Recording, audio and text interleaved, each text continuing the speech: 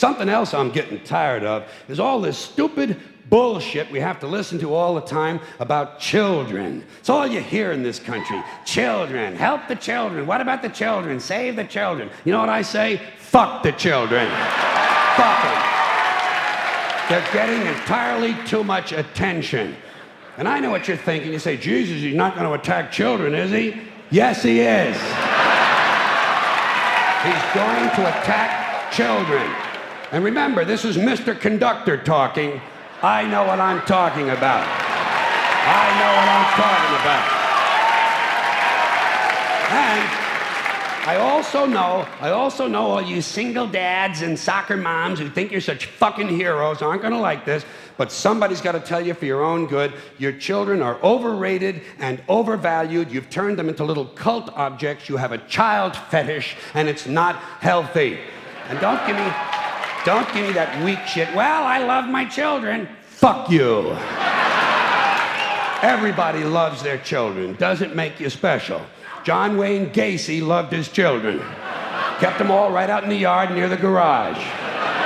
That's not what I'm talking about. What I'm talking about is this constant, mindless yammering in the media, this neurotic fixation that somehow everything has to be revolved around children. It's completely out of balance. Listen, there are a couple of things about kids you have to remember. First of all, they're not all cute, okay?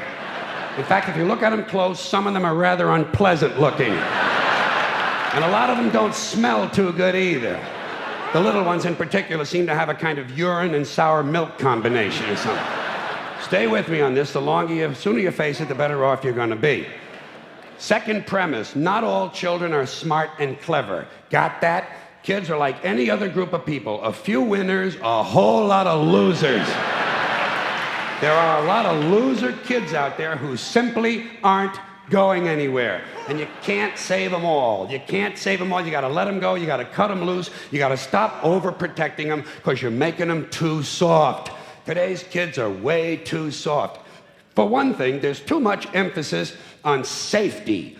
Child-proof medicine bottles and fireproof pajamas, child restraints and car seats and helmets, bicycles, skateboard, baseball helmets. Kids have to wear helmets now for everything but jerking off. Grown-ups have taken all the fun out of being a kid just to save a few thousand lives. It's pathetic. It's pathetic. What's happening is, you know what it is? These baby boomers, these soft, fruity baby boomers, are raising an entire generation of soft, fruity kids who aren't even allowed to have hazardous toys, for Christ's sakes. Hazardous toys. Shit, whatever happened to natural selection? Survival of the fittest. The kid who swallows too many marbles doesn't grow up to have kids of his own. Simple as that. Simple. Nature knows best. We're saving entirely too many lives in this country of all ages. Nature should be allowed to do its job of killing off the weak and sickly and ignorant people without interference from airbags and batting helmets. Just think of it as passive eugenics, okay?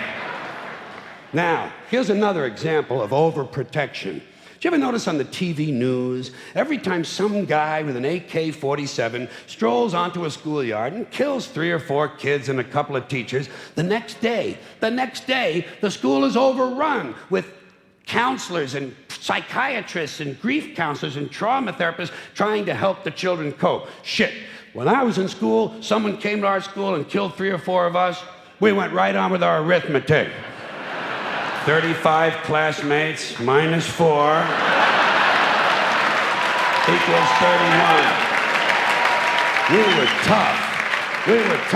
I say if kids can handle the violence at home, they ought to be able to handle the violence in school. I'm not worried about guns in school. You know what I'm waiting for? Guns in church. That's going to be a lot of fun. And it'll happen. You watch. Some nut will go fucking ape shit in the church, and they'll refer to him as a disgruntled worshiper. Here's another bunch of ignorant shit. School uniforms. Bad theory. The idea that if kids wear uniforms to school, it helps keep order. Don't these schools do enough damage making all these kids think alike? Now they're going to get them to look alike, too? And it's not a new idea. I first saw it in old newsreels from the 1930s, but it was hard to understand because the narration was in German.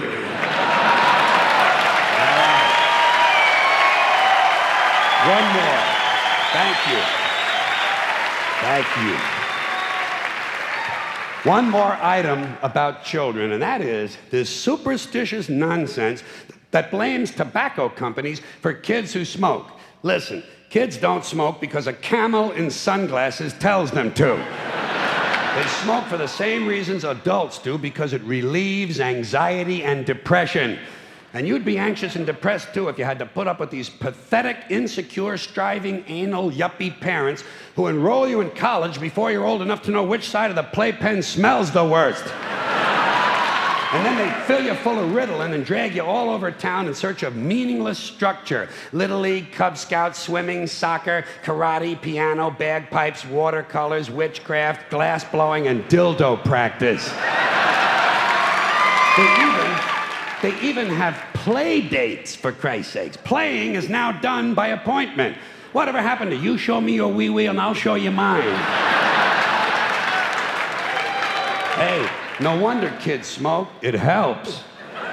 Not as much as weed, but hey, you can't have everything. You know it's true. Parents are burning these kids out on structure. I think every day all children should have 3 hours of daydreaming. Just daydreaming. You could use a little of it yourself, by the way. Just sit at the window, stare at the clouds. It's good for you. If you want to know how you can help your children, leave them the fuck alone.